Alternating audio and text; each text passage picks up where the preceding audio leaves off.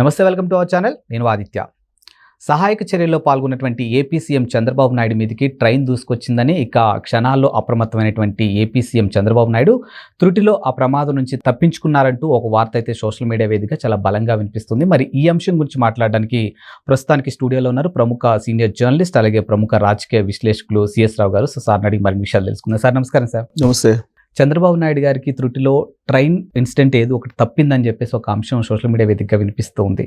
మరి అసలు ఇది ఇందులో ఎంతవరకు వాస్తవం ఉంది? నిజంగా అది యాక్సిడెంట్లో జరిగిందా, లేకపోతే ఇంకా ఏదైనా కారణాలు ఉన్నాయా? అంటే ఇప్పుడు వరద సంబంధించిన ప్రదేశాల్లో ఆయన పర్యటిస్తూ ఉన్నారు.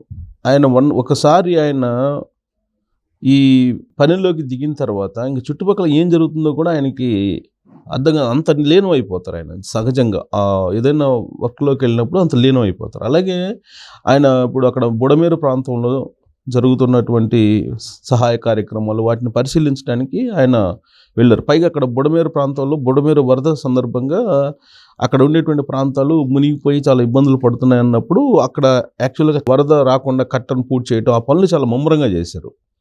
పరిస్థితి అదుపులోకి వస్తుంది. అంటే మొత్తం పరిశీలించి రావాలని చెప్పి ఆయన వెళ్తున్నటువంటి క్రమంలో అక్కడ ఉన్నటువంటి రైల్వే ట్రాక్, మధురానగర్ ట్రాక్, ఆ ట్రాక్ మీద నడుచుకుంటూ వెళ్తున్నాడు ఆయన. ట్రాక్ మీద నడుచుకుంటూ వెళ్తున్నప్పుడు సహజంగా మనకు ట్రైన్ వస్తుంది తెలియదు కదా. సో ఆ ట్రైన్ చాలా స్పీడ్గా వచ్చేస్తుంది. అక్కడ ఉండేటువంటి రైల్వే ట్రాక్ మీద, వంతెన ప్రతి ట్రాక్ రెండింటి మీద నడుచుకుంటూ వస్తున్న సందర్భంగా జరిగింది అది. అయితే కొంతమంది ఈ చంద్రదండు ఉన్నారు. అంటే చంద్రబాబు నాయుడు ఎక్కడికి వెళ్ళినా కానీ చంద్రదండు ఉంటారు. చంద్రదండు అంటే క్యాడరు సిబ్బంది ఉంటారు. Z+ కేటగిరీ, ఆయనకి ఎలాగో సెక్యూరిటీ అవన్నీ ఉంటాయి. బట్ ఈ వరద ప్రాంతాలకు వెళ్తున్నటువంటి సందర్భంగా ఆ Z+ కేటగిరీ భద్రతను కూడా కొంచెం తగ్గించుకొని మిగతా వాళ్ళు పరామర్శకు వెళ్తున్నాడు కాబట్టి అందరూ ఆయన దగ్గరకు వచ్చి మాట్లాడటానికి, ఆ వెసులుబాటు కల్పించడానికి సెక్యూరిటీని కూడా తగ్గించుకున్నాడు ఆయన.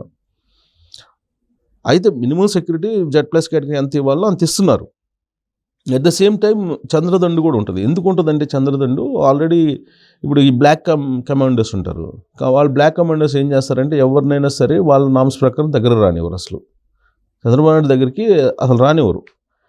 ఈ చంద్రదండు ఏంటంటే పబ్లిక్ని దగ్గర తీసుకుని బ్లాక్ కమాండర్స్ తోటి కొంచెం వాళ్ళు కోఆర్డినేషన్గా ఉంటారు. చంద్రబాబు నాయుడు దగ్గరికి తీసుకెళ్ళడానికి పబ్లిక్ని ఎవరిని తీసుకెళ్ళాలి ఏంటి అనే దాని మీద, ప్లస్ అందరూ ఒకేసారిగా చంద్రబాబు నాయుడు కలవాలని చెప్పి ఆతృతగా ముందుకు వచ్చినప్పుడు ఈ చంద్రదండు కొంత ఒక సమన్వయం చేసుకొని వాళ్ళని నియంత్రించేటువంటి ప్రయత్నం చేస్తూ ఉంటుంది. ఆ చంద్రదండ ఏం చేసిందంటే చంద్రబాబు నాయుడు రైల్వే ట్రాక్ నడుచుకుంటా ఇరు ప్రాంతాల్లో పరిశీలించుకుంటా ఎలా ఉంది, సహాయ కార్యక్రమాలు ఎలా జరుగుతున్నాయి, ముంపు ప్రాంతాలు ఎలా ఉన్నాయి అని పరిశీలిస్తూ ఆయన ట్రాక్లో వస్తున్నప్పుడు వెనక నుంచి ట్రైన్ వస్తుంది. ఆయన చూసుకోలేదు. జనరల్గా ఆయన చూడదు కదా, ముందు ట్రాక్లో వెళ్ళిపోతుంటారు. ట్రాక్లో వెళ్ళిపోతున్నప్పుడు వెనక రైలు వస్తుంది అనే సంగతి ఆయనకు తెలియదు కదా. సో వెనక రైలు వస్తుంది అనే సంగతి ఇది చంద్రదండు గమనించి ఇమీడియట్గా అక్కడ లైన్మెన్ ఉంటాడు.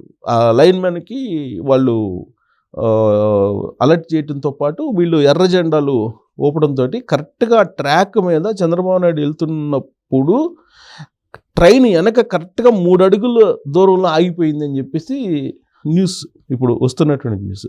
అంటే చంద్రబాబు నాయుడు వెళ్తున్నారు, వెనక నుంచి ట్రైన్ వస్తుంది. ఆ ట్రైన్ని ఇలా చంద్రబాబు నాయుడు నడుచుకుంటూ వెళ్ళటం, వెనక ట్రైన్ రావడాన్ని గమనించాలి ఆయన.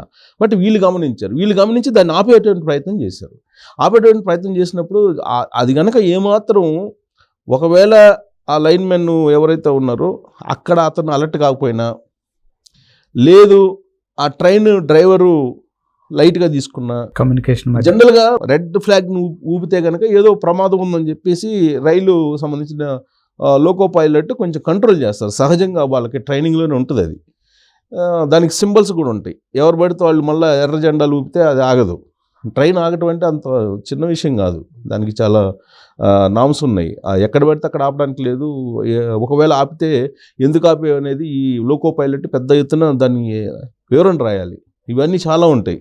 అయితే ఇక్కడ ట్రైన్కి రైల్వే ట్రాక్ మీద పోతున్నప్పుడు వెనక రైలు వస్తుందని చెప్పి మనకు ఎక్స్పెక్ట్ చేయలేం కదా అసలు జనరల్గా. మన కాకపోతే చూసుకుంటూ వెళ్ళాలి. బట్ ఈయన వెళ్తున్నారు, చూసుకోలేదు, వెనక చంద్రదండు ముందు వెనక ఉన్నారు, పక్కనేమో సెక్యూరిటీ ఉంది, ఇదంతా ఉంది. దాంతో వాళ్ళు చూసి వాళ్ళు అలర్ట్ చేసి ఆ ట్రైన్ని ఆపారు. కరెక్ట్గా 3 అడుగుల దూరంలో ఆగిపోయింది అని చెప్పేసి న్యూస్. సో ఆ సందర్భంగా పక్కనే వంతెన ఒకటి ఉంటే ఆ వంతెన పక్కన చంద్రబాబు నాయుడు ఉండటంతో ఆ ప్రమాదం తప్పింది అనేది కూడా ఒకటి. జనరల్గా అంటే 2 రకాల న్యూస్ వస్తున్నాయి. అది ఎగ్జాక్ట్గా ఏంటి అనేది ఇంకా పూర్తిగా తెలియట్లేదు. ట్రాక్ పైనకి వెళ్తున్నప్పుడు వీళ్ళు ట్రైన్ అయితే ఆపారు, లోకో పైలట్ ఆపారు, కరెక్ట్గా 3 అడుగుల దూరంలో ఆగిపోయింది. ఆ సందర్భంగా చంద్రబాబు నాయుడుకి చుట్టూరు ఆయన్ని తప్పించేందుకు బ్లాక్ కమాండర్స్ రౌండ్ చేశారు అనేది ఒక న్యూస్ వస్తుంది. ఇంకోటి ఏంటంటే ఈయన వంతెన మీద వెళ్తున్నాడు, ఆ ట్రాక్ జనరల్గా ట్రాక్ ఉండేటువంటి వంతెన మీద వెళ్తున్నప్పుడు అక్కడక్కడ ఈ పక్కకి వంతెనలు ఉంటాయి, అదే నుంచోడానికి. ఒకవేళ ట్రైన్ వచ్చింది అనుకో, ట్రైన్ వచ్చినప్పుడు పక్కన సేఫ్గా నుంచోడానికి చిన్న ఒక రౌండ్ లాగా ఉంటుందన్నమాట. సో దాంట్లో నుంచున్నాడు ఈయన. ట్రైను జస్ట్ అట్లా పోయేటప్పుడు దాన్ని ట్రైన్ దగ్గరకు వచ్చిన తర్వాత అప్రమత్తం అయిపోయి ఎమ్మటే ఇలా ఆయన్ని వంతెన పక్కన నుంచోబెట్టారు అనేది ఒకటి. సో ఇప్పుడు మనకు తెలుస్తుంది ఏంటంటే అఫీషియల్గా, అంటే ఈ వెబ్సైట్లో రకరకాల న్యూస్ వస్తుంది కానీ బట్ అఫీషియల్గా తెలుస్తుంది ఏంటంటే ఆయన వెళ్తున్నటువంటి సందర్భంగా ట్రైన్ వస్తున్న సంగతి తెలీదు. సో వీళ్ళే ముందు అప్రమత్తం అయ్యి ఆపారు. చంద్రదండు అప్రమత్తం చేసింది లైన్మెన్ అలర్ట్ అయిపోయాడు, ఎర్ర జెండాలు ఊపారు. దాంతో ట్రైన్ లోకో పైలట్ ఆపుకుంటూ వచ్చాడు. కరెక్ట్గా దగ్గరకు అట్ట రాగానే ఆగిపోయింది, 3 అడుగుల దూరంలో ఆగిపోయింది, సినిమా స్టైల్లో అనేది అఫీషియల్గా. అంటే బాలకృష్ణ కనుక ఇటు ఆగితే వెనక్కి అభిమానంగానే ట్రైన్ వెళ్ళిపోయినట్టు చంద్రబాబు నాయుడు దెబ్బకి ట్రైన్ కూడా ఆగిపోయింది. సహజంగా ఏంటంటే అది చాలా చిన్న ప్రమాదం అయితే కాదు, ఇది జస్ట్ మిస్ అంటారు కదా, అట్ట మిస్ అయిపోయింది. ఒకవేళ లోకో పైలట్ కనుక దాన్ని కానీ కంట్రోల్ చేయలేకపోతే ప్రమాదం జరిగి ఉండేది. బ్లాక్ కమాండ్ అయితే ఏం చేస్తారు, ట్రాక్ మీద పోయేటువంటి వాళ్ళని బ్లాక్ కమాండ్ ఎవరైనా రైలు కొట్టుకొని వెళ్ళిపోతుంది కదా. సో త్రుట్లో తప్పింది ప్రమాదం అంటాం కదా, త్రుట్లో చంద్రబాబు నాయుడు ప్రమాదం తప్పింది అని చెప్పేసి అనొచ్చు. దీని అంతటి కారణం ఏంటంటే ఆయనే గత వారం రోజుల నుంచి ఈ కృష్ణా గుంటూరు జిల్లాల్లో ఉండేటువంటి బుడమేరు పరిధిలో ఉండేటువంటి గ్రామాలు మునిగిపోవటం, కొన్ని వేల మంది నిరాశ్రయులు కావటం, దాదాపు 60,000 మంది నిరాశ్రయులు అయ్యారని చెప్పి చెప్తున్నారు. సో వాళ్ళు నిరాశ్రయులు కావటం, వాళ్ళని ఆదుకోవాలనేటువంటి ఒక తపన ఆయనకి దాంట్లో ఉండిపోయారు, లీనమైపోయారు. ఆ ఇష్యూలో ఎలా చేయాలి, వీళ్ళని ఎలా రివోక్ చేయాలి, ఎలా ఈ ఉత్పత్తి నుంచి తప్పించాలి అనే దాంట్లోనే లీనమైపోయారు. వెనక ట్రైన్ వస్తుందా, పక్కన ఇంకోటి వస్తుందా అనేది ఆయన చూసుకునే పరిస్థితి లేదు.